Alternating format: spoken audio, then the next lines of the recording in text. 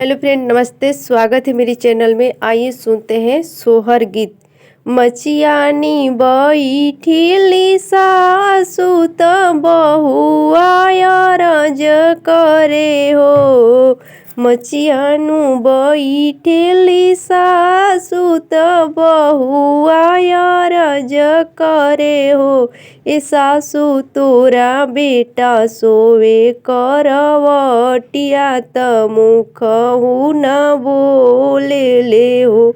ए सासु तोरा बेटा सोवे करवटिया त मुखहु न बोले ले हो।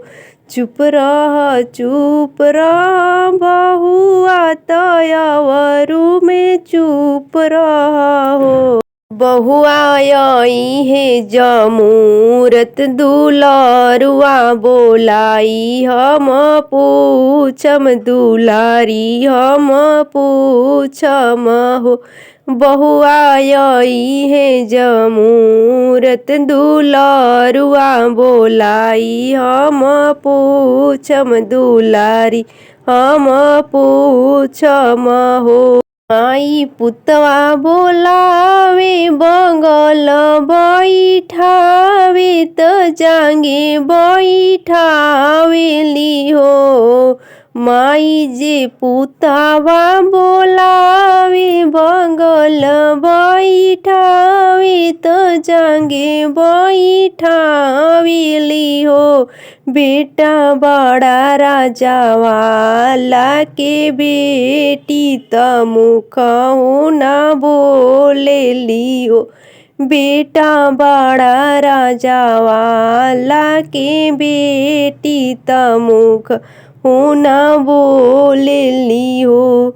कहीं हम कहीं माई कहीं कहत लाज लागेला हो। कहीं हम कहीं माई कहत लाज लागेला हो। माई सारी रात खाड़ दरवाजवा ओरवनिया तर भीजो के वड़िया नाही खोलिली हो। कहाँ कही माई कहत लाज लागेला हो। माई सारी रात खाड़ दरवाजवा कवड़िया नाही खोले चौकटिया तर भीजू न हो।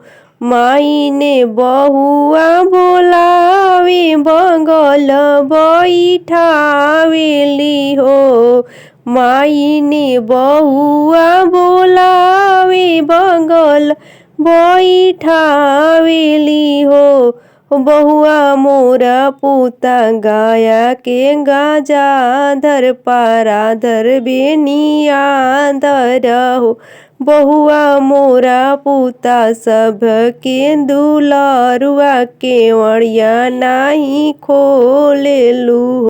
बहुआ मोरा पूता गाया के गाजा धर पाराधा बेनी माधर सब के दुलारुआ के वड़ी नाही खोलेलू हो। तुर पुता गाया के गाजा धर पाराधर बेनी माधर हो। सासु तोरा पूता सब के दुलारुआ से जरिया नहीं आवेले हो। ओ सासु तोरा पूता सब के दुलारुआ से जरिया नहीं आवेले हो। मचियानु बैठेली सासु सरबे गुनयागर हो। ए सासु तोरा बेटा सोवे करवटिया उलटियो न ताकेले हो। ओ गोतिन तोरा देवर सोवे करवटिया उलटियो न ताकेले हो।